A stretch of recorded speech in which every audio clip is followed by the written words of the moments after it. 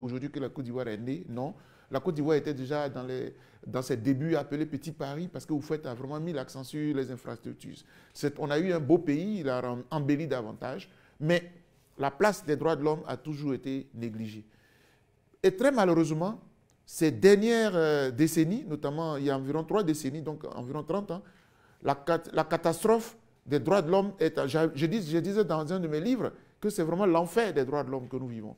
Parce que quand notre pays connaît un coup d'État, en 1999, après le coup d'État, comme si cela ne suffisait pas, une rébellion armée, et puis une crise post-électorale la plus meurtrière au monde, vous aurez compris que nous avons atteint le Rubicon des violations des droits de l'homme. Donc, dans mon pays, pour faire court à l'état actuel, les libertés d'expression, d'opinion, de manifestation sont bâillonnées et quasi inexistantes, hélas. On peut se poser la question, pourquoi, malgré les promesses politiques? Pourquoi? Il peut y avoir plusieurs raisons. D'abord parce que la population ivoirienne, un peu comme en Afrique, elle est encore très jeune en matière de connaissance et de maîtrise des droits de l'homme, j'allais dire. Parce que souvent, quand je vais au village et que je vois, on dit qu'il y a un ministre qui arrive. Je vois comment toutes les populations tremblent. Et à plus forte raison, le président qui arrive. Le roi, ce n'est rien du tout. C'est quasiment Dieu qui arrive. Or, dans la conception du démocrate, défenseur des droits de l'homme, le président de la République, les membres du gouvernement ne sont que des serviteurs de la République, ne sont que des serviteurs de l'État, donc ne sont qu'au service du peuple. Parce qu'en démocratie, c'est le peuple qui est le roi. C'est pour ça qu'Abraham Lincoln a bien résumé en disant « gouvernement du peuple, par le peuple et pour le peuple ». Donc, le président de la République, avec tout le respect que je lui dois parce qu'il incarne la République, je suis désolé, mais il n'est que mon envoyé. Il n'est que mon représentant.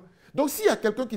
Autant je le respecte en tant qu'incarnant la République, mais il devait aussi me respecter. Parce que c'est moi qui le fais. Sans mon vote, il n'est rien. Vous voyez? Donc, pour bien comprendre, on est encore à ce stade parce que nos populations ne s'y connaissent pas encore. Je ne demande pas aux populations de devenir forcément lettrées tout de suite. On ne sera jamais lettré à 100%. Même en Italie où j'ai vécu, en France, il y en a qui parlent très mal le français, il y en a qui... Donc, ça existera toujours. Mais connaître ses droits et savoir les défendre, j'avoue que l'Afrique en général et la Côte d'Ivoire en particulier est encore en retard. Ce qui fait que quand j'ai un problème avec quelqu'un qui est policier ou qui est gendarme, je pense que j'ai déjà perdu. Parce qu'il est corps habillé ou bien parce qu'il est autorité. Donc je pars perdant. Vous voyez? Et quand c'est comme ça, les populations ne revendiquent pas. C'est ce qui fait que nos dirigeants abusent en général. À commencer par le petit policier jusqu'au-dessus. On pourrait dire à qui la faute? À qui la faute? Aux populations qui ne connaissent pas leurs droits ou aux autorités qui abusent de leurs droits? Non, aux dirigeants du pays en général. Parce que c'est vous qui imprimez la conduite. C'est vous qui imprimez la politique, la vision. C'est vrai que beaucoup est fait au niveau éducatif. À l'époque, nous avions des cours d'éducation civique. Il y avait de ces choses-là. Le civisme, ça n'existe plus. C'est maintenant qu'ils sont en train de... Ça existe dans le programme. Non, mais... Toujours dans le programme. Voilà, c'est maintenant qu'ils sont en train de... À un moment donné, ils avaient enlevé du programme, comme la dictée aussi avait sauté. Donc, il y a eu des erreurs qui ont été commises pour que les gens puissent... Aujourd'hui, là, on a besoin de nous enseigner sur le civisme. C'est quoi le drapeau? Nous, à l'époque, on chantait la biganaise tous les lundis. Et moi, j'ai fait ça tout le temps parce que c'était, je me rappelle, quand c'était les premiers qui passaient au drapeau, qui faisaient, puis qui criaient « Vive Nana Houphouët-Boigny, vive le PDCI, vive la Côte d'Ivoire ». Je me rappelle encore comme si c'était hier. Mais aujourd'hui, nos jeunes, ils ne connaissent plus le drapeau, la valeur du drapeau, etc. C'est la faute à qui? C'est la faute à celui qui dirige. Si tu penses qu'il y a un besoin, il faut mettre l'accent là-dessus. Il y a de l'incivisme dans notre pays et sur les routes, c'est davantage puisqu'on le voit toujours avec les accidents, les taux d'accidents, etc., etc.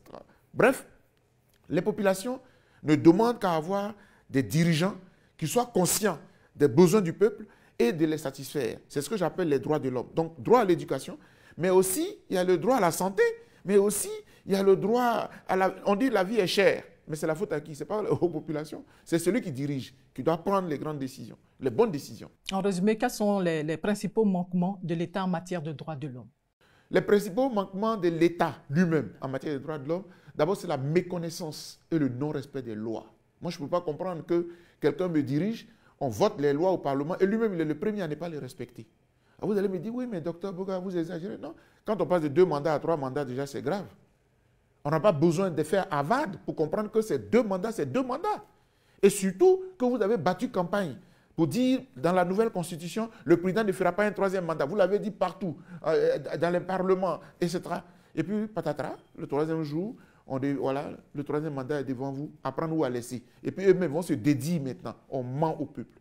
C'est un gros mensonge et moi j'appelle ça de la haute trahison. Quand je finis de dire cela, il y a plusieurs aspects comme ça où les droits de l'homme ont été consacrés dans la nouvelle constitution de Côte d'Ivoire, de 8 novembre 2016. L'article 2 dit que la personne humaine est sacrée, les droits de l'homme sont inviolables, etc. Bon, quand vous faites les déguerpissements là, alors que vous n'avez pas encore recasé les gens, on déguerpit et puis les gens dorment à la belle étoile. Dans un état de droit, on ne fait pas ça. On n'a pas dit qu'il est interdit de déguerpir quand j'ai des grands projets pour la République. Mais les êtres humains étant sacrés, avant de les déguerpir, il faut d'abord les reloger, trouver l'endroit où ils vont aller, ou bien il faut les dédommager. Dans mon pays, j'ai eu des cas, le cas de Djamé Village, où on nous dit que l'argent de l'État a été mis sous séquestre, mais en temps, on a déjà cassé. Bon, oui, donc il y a plusieurs cas comme ça, on pourrait passer de la journée là-dessus, mais pour dire que globalement, c'est lui qui doit respecter les droits de l'homme, qui doit les mettre en œuvre, c'est l'État. Ce n'est pas Dr Boga, ce n'est pas la population, c'est l'État. Quand moi je dis j'ai des droits, c'est des devoirs pour l'État. Parce que l'État fonctionne avec mes cotisations. Vous et moi, que ce soit à la CNPS ou par notre bulletin de paye, nous payons les impôts. Et c'est avec nos impôts qu'on dirige la République. Donc vous ne pouvez pas diriger notre pays avec notre argent. Et quand nous avons des besoins, vous voulez qu'on vous supplie. Vous mettez de l'eau dans un village, on va vous célébrer. Mais si le président nous a donné de l'eau, attendez, c'est un droit, c'est son travail. Parce que ce n'est même pas son argent. On vous envoie l'eau, la fête de l'eau.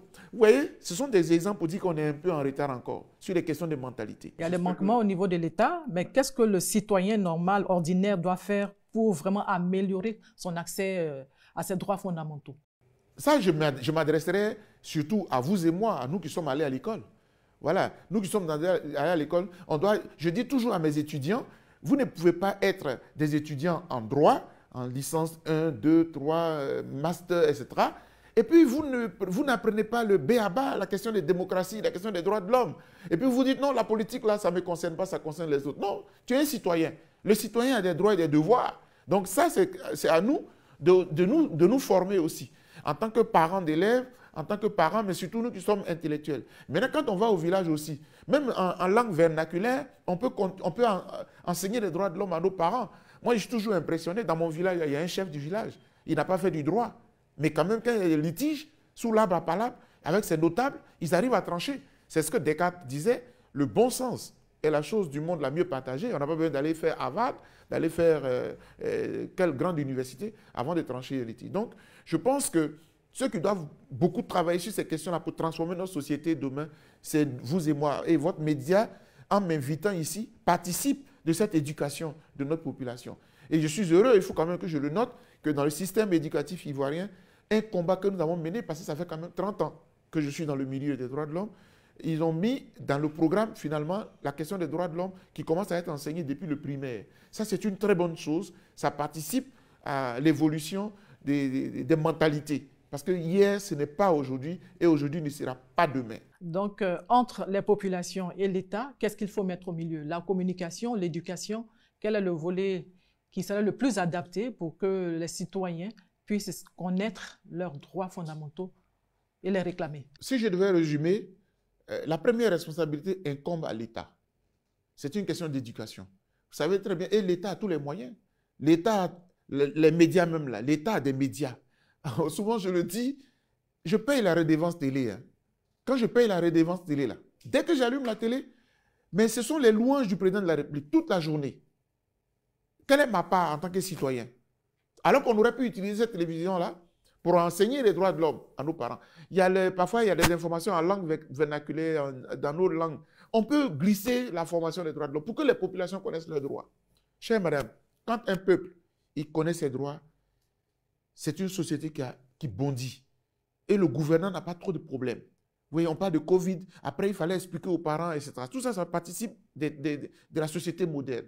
Donc, la responsabilité de l'enseignement, de la connaissance des droits de l'homme dans un État de droit incombe en premier lieu à l'État. Maintenant, chaque citoyen a des efforts à faire. C'est comme quand tu dis, j'ai le droit à l'éducation, l'école existe, les maîtres existent. Maintenant, en tant que parent d'élève, tu vas quand même mettre la pression sur ton fils pour qu'il soit bien attentif à l'école, qu'il ne fasse pas de bêtises, etc. Donc, la population peut venir après, mais c'est l'État. Et malheureusement, moi, quand je vois nos ministres intervenir, je vous donne l'exemple, hein, mais regardez toujours à la télévision, vous ne pouvez pas voir un ministre de la République de Côte d'Ivoire faire un discours où il n'y a pas le président de la République, par la volonté de son excellence, monsieur le président de la... Je vais en France, je n'entends pas Macron dans un discours d'un ministre. Pourquoi?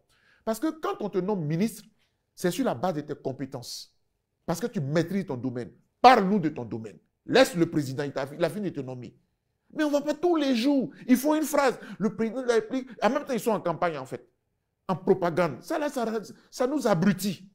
Et ça abrutit le peuple. C'est pour ça que les enfants ne regardent même plus les chaînes publiques. Parce qu'à longueur de journée, il n'y a que ça.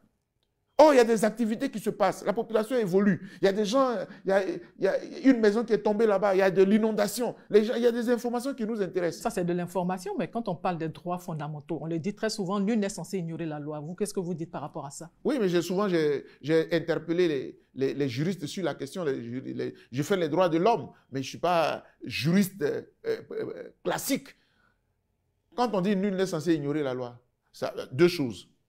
Premièrement, ce n'est pas tout à fait juste, parce que la villageoise qui est dans son village là-bas, tu ne lui as pas enseigné la loi, mais tu lui imposes l'application de la loi. Ce n'est pas juste. Parce que si je suis censé nul n'est censé ignorer la loi, si je suis censé connaître la loi, il faut au moins me la montrer. Il faut que tu me dis en Italie où j'ai vécu, quand il y a une nouvelle loi, on en fait la promotion dans les journaux publics, à la télévision, pour que les populations le sachent. Parce qu'avant de me frapper, avant de me blâmer, de me condamner, sur la base de cette loi, il faut quand même me l'enseigner. Il faut quand même me la montrer. La vulgarisation est faite, la promotion est faite, peut-être pas assez?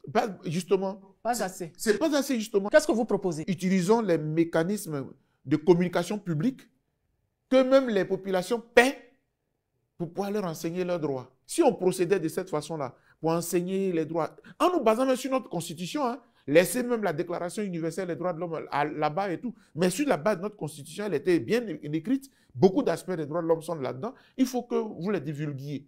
Les gens font une grève, on les arrête. Mais le droit de grève est écrit dans la constitution. C'est un droit de l'homme. Et vous perturbez le peuple en disant, ceux qui font la grève là sont des perturbateurs.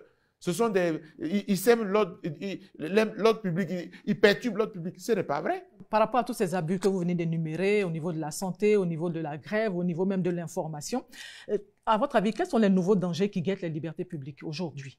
Les nouveaux dangers qui guettent les libertés publiques, je souris parce que j'ai dit ça quelque part, ce sont par exemple des encagoulés. Ce sont des nouveaux dangers qui guettent les libertés publiques. Moi, je ne comprends pas que dans un état de droit, si le procureur veut interpeller, veut entendre Dr Boga ou vous-même, chère madame, je ne vous le souhaite pas, mais nous sommes tous des justiciables, pourquoi envoyer des encagoulés? Des personnes, des corps habillés, mais qui portent des cagoules. De quoi ont-ils peur? Mais si le policier lui-même a peur, c'est que quelque part, il sait qu'il fait du mauvais. Dans la République, on doit agir. C'est pour ça qu'on demandait aux policiers et aux corps habillés d'avoir leurs étiquettes sur... voilà. Avec le nom. Exactement, parce que c'est ça la République. On n'est pas des voleurs. On ne joue pas à cache-cache. Donc, ce sont des dangers qui guettent l'état de droit, qui guettent les droits de l'homme. Quand on ne peut plus manifester. Avez-vous déjà eu affaire à eux? Oui, mais je suis l'actualité. Et cela m'interpelle. La façon dont l'enseignant, suite au mot d'ordre de grève, Ghislain, je crois que c'est comme ça qu'il se prénomme, a été enlevé. Ils ont fait une descente chez lui, traumatisé sa fille, qui a même fait une vidéo qui est devenue virale sur les réseaux sociaux. Mais je parle de lui, mais je parlerai aussi de Puchérik Balé. Lorsqu'elle avait été enlevée, l'autre fois dans un hôtel quelque part là-bas à Yopougon, on nous traumatise dans notre propre pays. On n'est plus dans un état de droit où le citoyen peut être interpellé par le procureur de la République et puis tranquillement, costumé, il se rend à la convocation. On peut même te coller un procès sans que on ne soit obligé de te déposer, de délivrer un mandat de dépôt. Donc, vous voyez, je veux dire, soyons un peu dans une république normale. Mais il ne faut pas que notre république soit policière ou militarisée, dans laquelle on ne manifeste pas. Moi, cela me surprend. Le fait de manifester un certain droit de l'homme, non seulement dans la Déclaration universelle, c'est prévu, mais dans la Constitution ivoirienne, on dit tant que c'est une manifestation pacifique, il n'y a pas de problème. Je vous rappelle que j'ai des amis de la société civile qui ont voulu manifester contre la vie chère. On était au mois de septembre 2024. Ils ont préparé la marche avec les autorités policières, le trajet, etc. Le 13 septembre, ils se sont pointés sur les lieux, ils ont tous été embarqués. 24 personnes, ils ont été jugées et condamnées. 4 mois, 6 mois, et ils ont fini de purger même leur peine aujourd'hui. Avec tout ce que vous venez de relater, tout ce qui se passe en Côte d'Ivoire, est-ce qu'on peut dire que nous sommes encore un pays démocratique? Sur papier. Parce que tout cela est consacré dans la Constitution. Sur papier. C'est pour cela que quand on fait les analyses, il y a toujours deux parties. Au plan institutionnel, tout existe. Tout est prévu. Mais dans la pratique, tout est violé. Par celui-même qui doit commencer par le respecter. Ce ne sont pas les citoyens qui violent les droits de l'homme, hein. Ce ne sont pas les citoyens qui violent la loi. Hein. Ce sont ceux-mêmes qui sont chargés d'appliquer la loi qui la viole. À partir du moment où vous nous faites peur. Et je profite là pour dire que oui, cela m'inquiète. C'est pour ça que j'ai eu un débat avec le ministre Touré Mamadou, organisé par une institution qu'on appelle Bloomfield. Et dans une boutade comme ça, je disais, j'espère qu'à la suite de ce que je vais dire là, des encagoulés ne vont pas me visiter parce que c'est une réalité. Dans mon pays, on ne peut même plus s'exprimer librement. Regardez, depuis que vous m'avez invité là, qu'est-ce que j'ai dit de mal? Je suis enseignant-chercheur, je suis défenseur des droits de l'homme, j'ai écrit des livres, 6 livres sur la question des droits de l'homme, mais il faut que j'en parle pour que mon peuple soit édifié, pour que le dirigeant qui nous gouverne sache que ce n'est pas à lui qu'appartient le pouvoir, c'est au peuple qu'appartient le pouvoir. Donc il nous doit du respect et il doit nous donner les droits de l'homme. Et que quand il le fait, on ne doit pas chanter ses éloges. Parce qu'à la vérité, il n'a rien fait. Est-ce que vous ne trouvez pas que vous en faites un peu trop? Vous dépassez vos prérogatives de... Mais c'est le citoyen qui parle. Un peu trop politisé quand même. Non, pas du tout, parce que la question des droits de l'homme est une question politique. Je demande à celui qui me gouverne avec mon argent de me satisfaire à tout point de vue. Des enseignants, des jeunes sont formés jusqu'au doctorat, ils chôment. Ils n'ont pas de travail. Et ils ne peuvent pas parler. Si j'en faisais un peu trop, j'aurais peut-être agi comme un jeune citoyen qui s'est permis de gifler le président de la République en France. Vous l'avez vu aussi. Et oui, je vous informe qu'il n'a pas été tué. Il n'a même pas été condamné. Mais s'il était en Afrique, oh là là, crime. Quel aurait été son sort? Ah oui, j'imagine. Je ne sais pas un bon conseil. Mais je veux dire que c'est parce que le citoyen, il sait que c'est à lui qu'appartient le pouvoir. Et quand le dirigeant ne fait pas la volonté du citoyen, parfois il est révolté. À la limite de tout ce que j'ai dit là, c'est un message que j'envoie à nos dirigeants. Respecter les droits de l'homme. Parce qu'un état de droit, c'est deux choses. La primauté du droit, le respect des droits de l'homme. Et dans mon pays, quand je vois que je suis menacé, il y a une sorte d'épée de Damoclès qui plane sur tous ceux qui critiquent. Dans les principes, le président de la République n'est que mon élu. Il n'est que mon représentant. Mais le pouvoir, là, c'est à moi qu'il appartient. Il appartient au peuple. Et je dis... Face à cette situation que vous décrivez, une situation qui semble assez délétère, que pensez-vous de la transparence électorale? Est-ce possible dans ces conditions actuelles? Vous savez, chère madame, la plupart de nos dirigeants sur le continent africain, et particulièrement en Côte d'Ivoire, disent qu'ils sont démocrates. Mais la démocratie a des principes et des règles. L'alternance au pouvoir fait partie des principes fondamentaux de la démocratie. L'alternance. Dans le principe, c'est que les citoyens sont égaux. Article 1er de la Déclaration universelle des droits de l'homme. Tous les êtres humains naissent libres et égaux en dignité et en droit. Tu n'es pas né Dieu pour que quand toi tu arrives au pouvoir, tu dois t'éterniser au pouvoir. Donc, sur la base de ce principe, les États définissent la limitation des mandats. Dans mon pays, c'est à 2. Je dis ça et puis je ne dis plus rien. Parce que comme je suis sous contrôle judiciaire à cause du 3e mandat, quand je vais aller un peu plus loin, ce n'est pas très intéressant. Donc, dans la démocratie, là, la transparence électorale,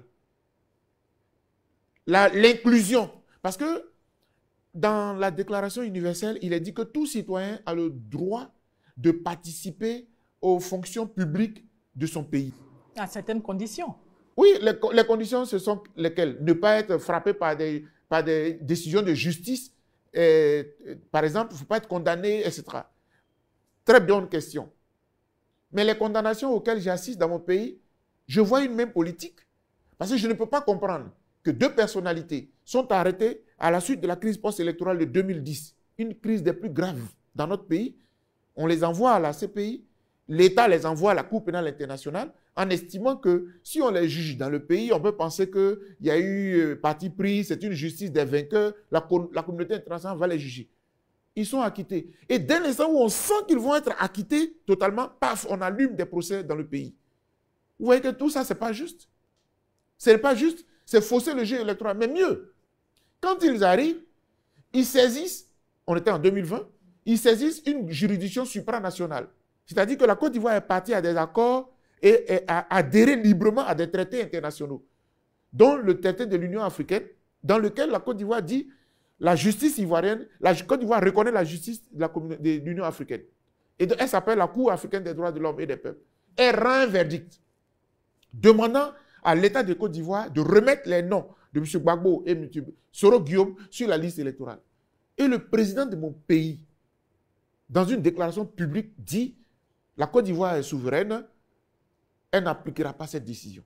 Mais c'est juste la Côte d'Ivoire est souveraine, effectivement. Est-ce qu'elle est obligée de s'assujettir à un autre verdict? Oui, quand vous décidez d'aller à des accords internationaux, vous acceptez de surseoir en partie votre souveraineté pour adhérer à d'autres souverainetés. Donc c'est vrai que dans le principe, tous les États sont souverains, mais du fait que nous sommes membres de la communauté mondiale, du fait qu'on a librement choisi, dans ce cas, il ne fallait pas signer ce traité. Si vous avez signé, il faut le respecter. Vous avez signé un traité adhérent à l'Union africaine, adhérent au principe de la Cour africaine des droits de l'homme et des peuples. Vous êtes contraint de subir cela.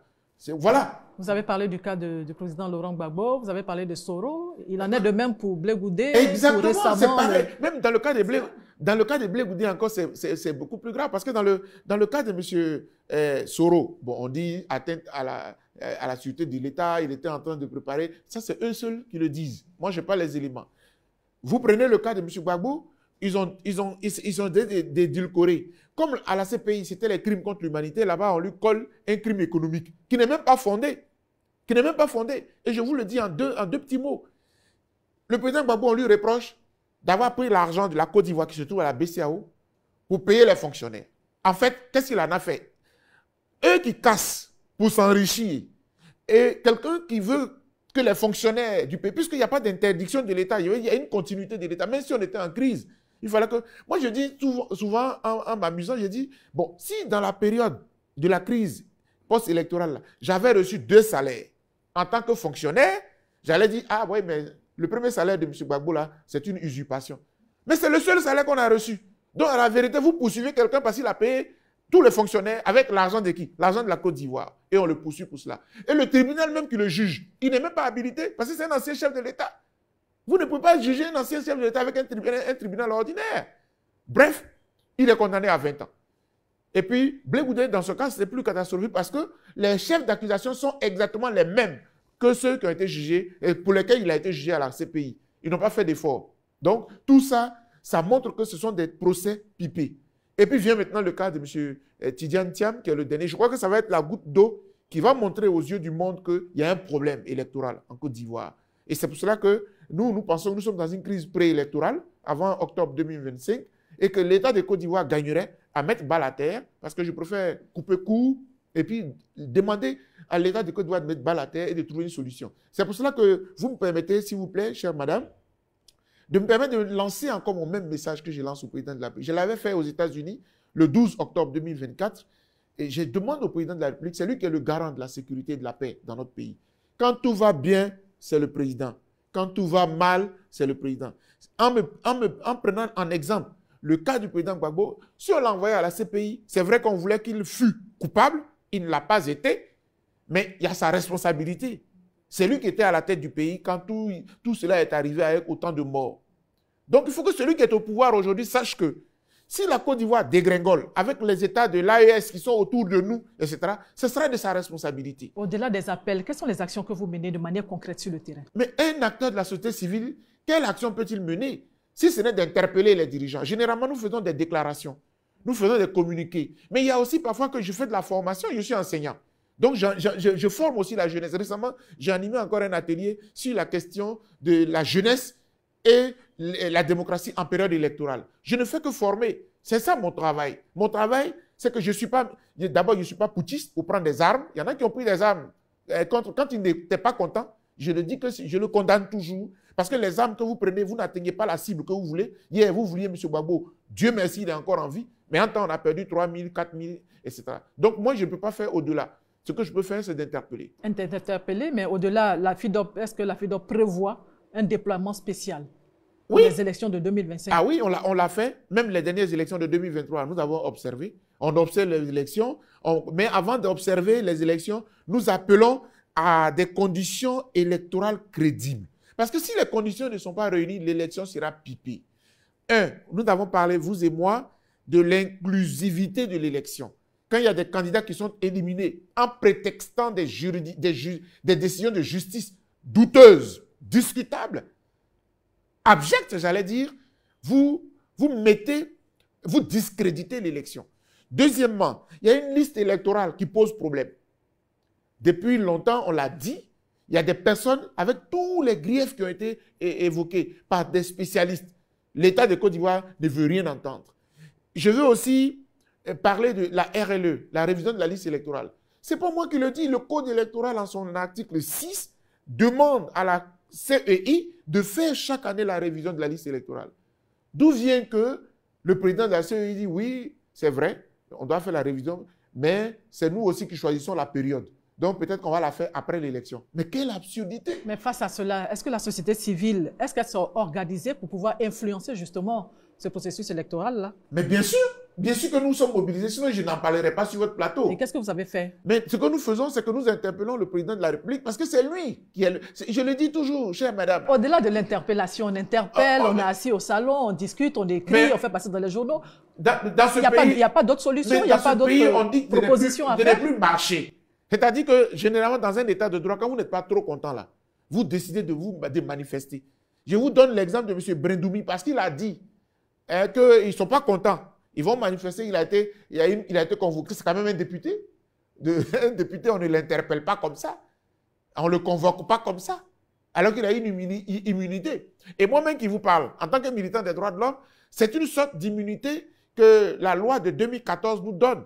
Je ne dis pas de la loi de 2014, c'est la loi 388 de 2014 portant promotion, protection des défenseurs des droits de l'homme. C'est écrit. Et moi, je n'étais pas là. Hein. Et ça a été promulgué par le président Ouattara. Je vous dis que la loi, là, elle dit, en son article 5, que les défenseurs des droits de l'homme, là, dans le cadre de leurs activités, comme je fais ici, là, vous m'avez invité en tant que droit de l'hommien, défenseur des droits de l'homme. Dans le cadre de mes activités, je ne dois jamais être interpellé, ni être inquiété, ni être condamné, ni jugé. Mais malgré cela, je suis sous contrôle judiciaire. Hein. C'est pour ça que je parle de la loi, principe, et puis la violation de la loi par celui qui est censé appliquer la loi. Donc voilà un peu ce que je vous dis. C'est pour dire que on ne peut, les conditions nous contraignent à ne faire que cela, de l'analyse, des propositions, mais on refuse qu'on manifeste. Vous pouvez contourner la loi d'une autre manière. Non, mais on ne peut pas dire hors la loi. Ce sont ceux qui sont hors la loi là qu'il faut interpeller. Moi, je me bats pour que nous soyons tous des citoyens bons, des bons citoyens. À cette allure-là, la société civile reste, vous n'avez pas à avoir à faire bouger les lignes. Vous restez dans votre milieu et les autorités aussi font pareil et rien ne bouge. Ah non, non. Par exemple, aujourd'hui, nous sommes tous debout pour que l'élection de 2025 là, soit une élection transparente, démocratique, inclusive. Et nous nous battons pour cela. Et comment vous la voyez? Nous sommes à quelques mois, vous la voyez comment cette élection? Je pense que le président de la République devra comprendre qu'un dialogue politique inclusif s'impose.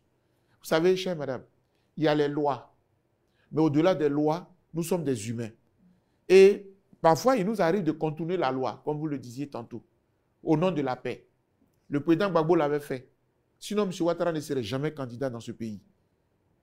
Il a permis, en prenant une ordonnance salvatrice, voilà, je préfère appeler ça salvatrice, parce que cette ordonnance-là a sauvé la République. M. Ouattara a été candidat et puis la paix est advenue. Puisque c'est pour lui que les rebelles disent qu'ils avaient pris les armes.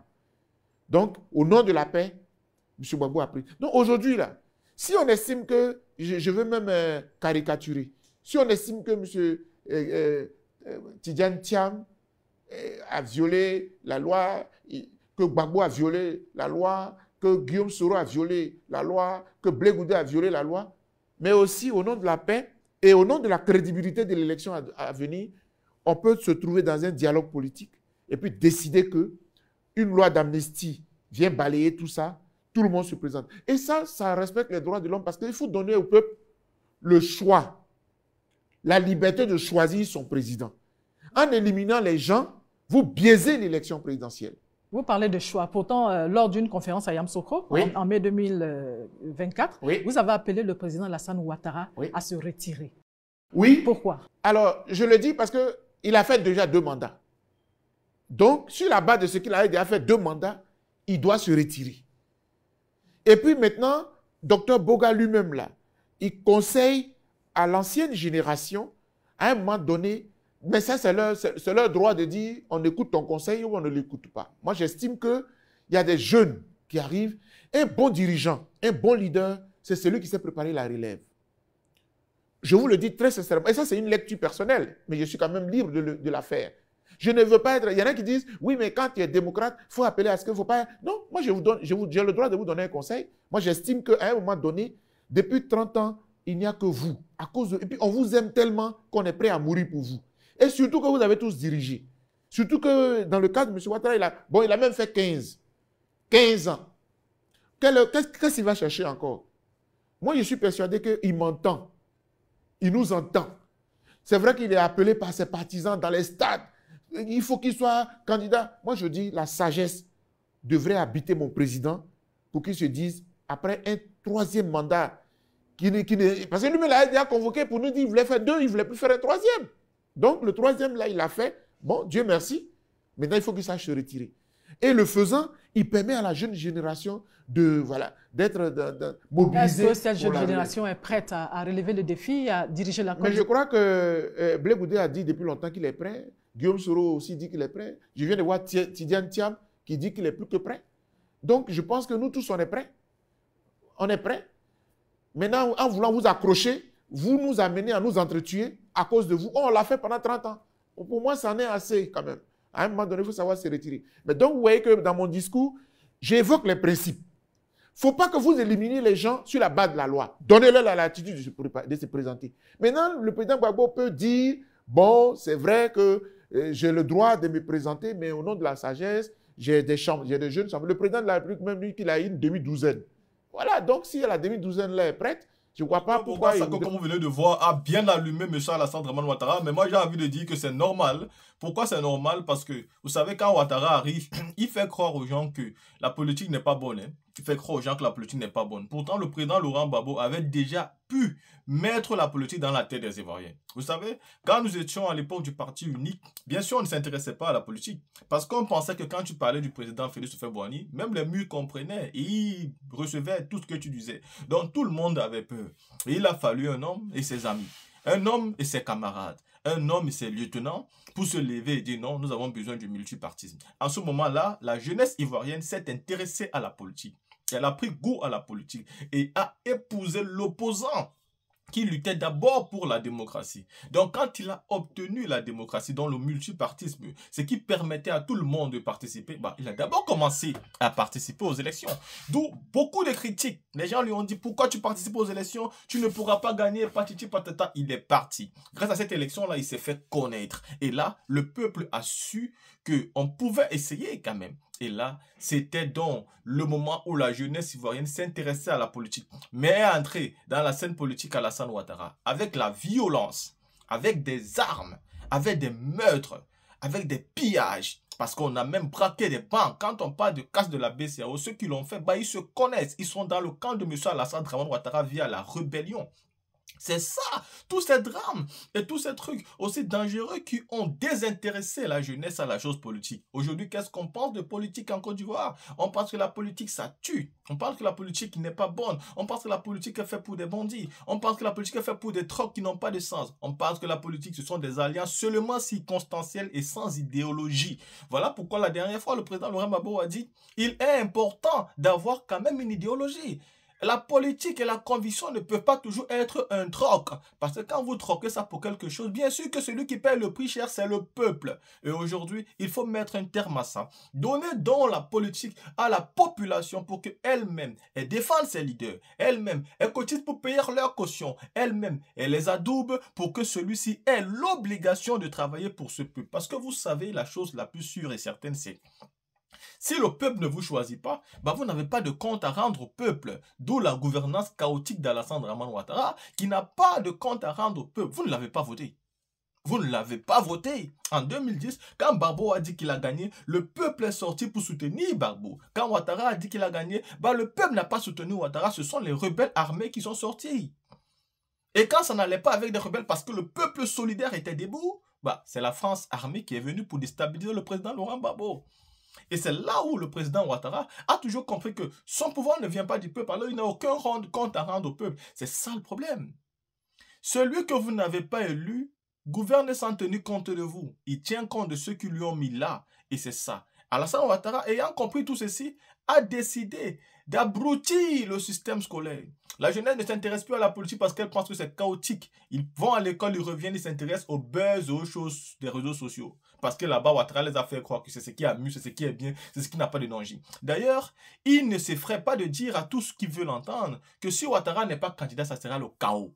Pourtant, Ouattara a été candidat et il est là depuis 15 ans.